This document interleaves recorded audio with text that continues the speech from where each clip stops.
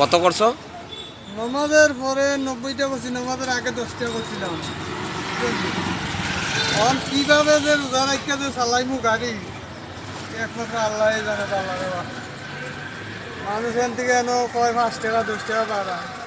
ও বিভিন্ন রোড গিয়া কয় সমুনা থেকে বাজার থেকে গিয়া কয় সমুনাতে বিলে 5 টাকা বাড়া। এই রমজানের দিনেও মানুষ বাড়া হিসাব করে। হিসাব করে আহা, রে কপাল রে। বড় দুঃখ রে বা। ও দুঃখ মানে পরে পুরা দুঃখ। আচ্ছা, টিপ কেমন মিলে আপনার আর গাড়ি? কম একবার কম মিলে রে বা। এটার কারণ কি তা?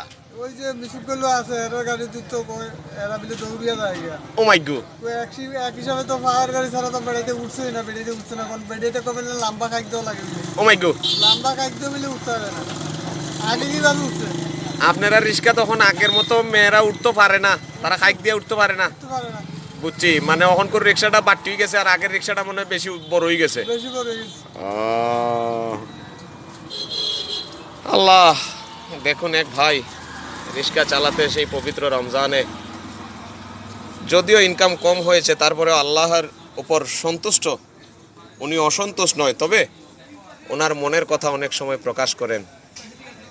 আমি আশা করব বিশেষ করে যারা রিক্সা শ্রমিককে ভাড়া কম দেন তারা যেন রিক্সা শ্রমিককে ভাড়া কম না দেন দয়া করে।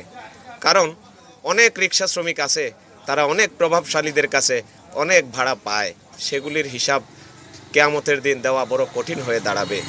সেগুলি বোঝার চেষ্টা করেন। তবে মানুষের কিছু বিষয়বস্তু আছে, আপনি চাইলে তাকে সরাসরি সে কিন্তু আপনার সাহায্য নেবে না, কিন্তু অনেক সময় দেখা যায় 10 টাকার জায়গায় যদি তাকে 15 টাকা 20 টাকা দেন তাহলে সে আপনার সহযোগিতায় এগুতে পারে। ধন্যবাদ সবাইকে।